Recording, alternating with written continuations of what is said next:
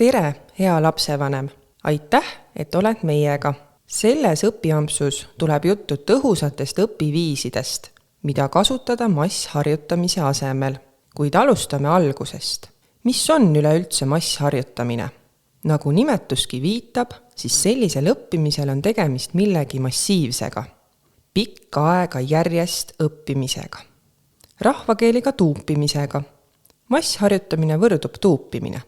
Me istume laua taha ning õpime tunde ja tunde järjest ühte ja sama õppeainet või lahendame ühte ja sama ülesannet. Enne ei tee mitte midagi muud, kui asi saab justkui selgeks õpitud. Jah, vahel juhtub tõesti nii, et sel hetkel tundub meile, et saime kõik selgeks, kuid tegelikkuses see nii ei ole. Võtame õppimisest maksimumi. Me kõik oleme tundnud, et kui midagi mitmeid kordi tuupida või üle lugeda, siis jääks õpitu meile justkui väga hästi meelde.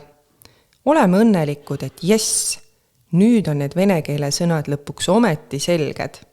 Kuid läheb mööda päev ning ülejärgmisel päeval kontrolltööd kirjutades ei meenu justkui ükski õige sõna. Miks nii? Vastus peitub selles, et me ei lasknud ajul vahepeal õpitut unustada. Õppimise protsess käib rütmis. Õppimine, unustamine ja nii edasi. Unustamise jaoks on tarvis puhata ning seetõttu tagab hea ööuni ajule vajaliku puhkuse.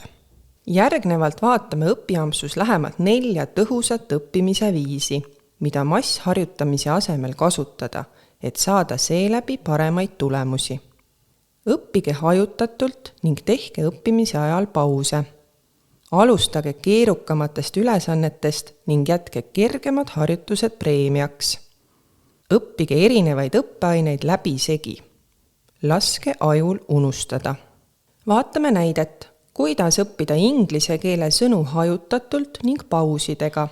Mitte nii, et laps ei tohi enne koolilaua tagant ära minna, kui kõik sõnad on selgeks saanud.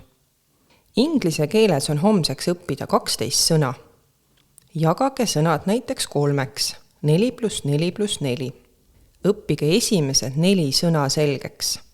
Seejärel tehke väike paus ja vaadake üle, kas midagi muud jäi veel homseks õppida. Nüüd korrake õpitud 4 sõna üle ja võtke juurde järgmised 4 sõna. Tehke taas paus. Korrake üle õpitud sõnad ja õppige juurde viimased 4 sõna. Tehke puhkepaus. Lõpuks korrake üle kõik 12 õpitud sõna. Pausidega vahelduv õppimine aitab sõnadel paremini meelde jääda.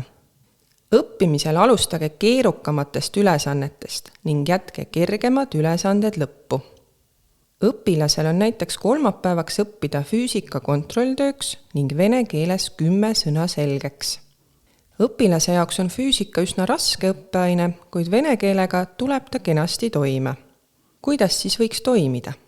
Alustada tuleks raskemast õppeainest, sest õppimise alguses on aju veel nii-öelda värske ja puhanum. Mõistlik on teha endale plaan.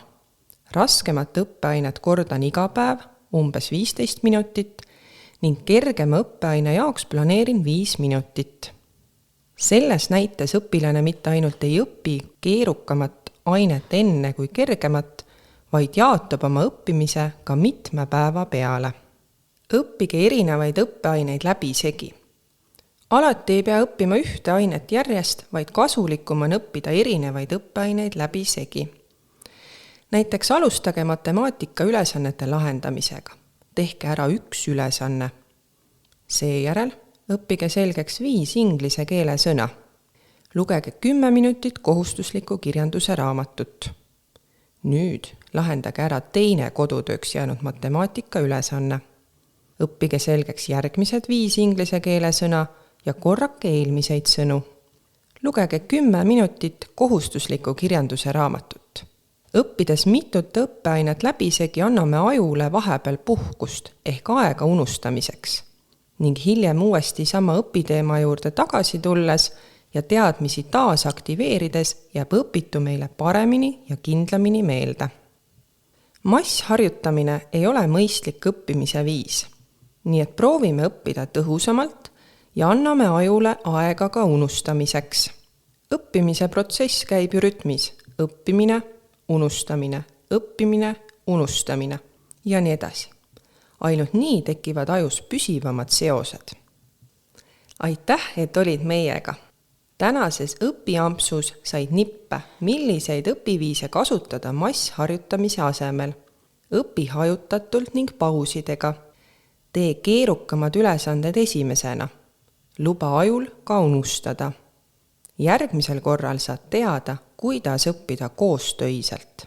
Soovime sulle põnevat katsetamist, eksimist ning oma perele parima võimaliku lahenduse leidmist. Kohtumiseni järgmises õpiampsus.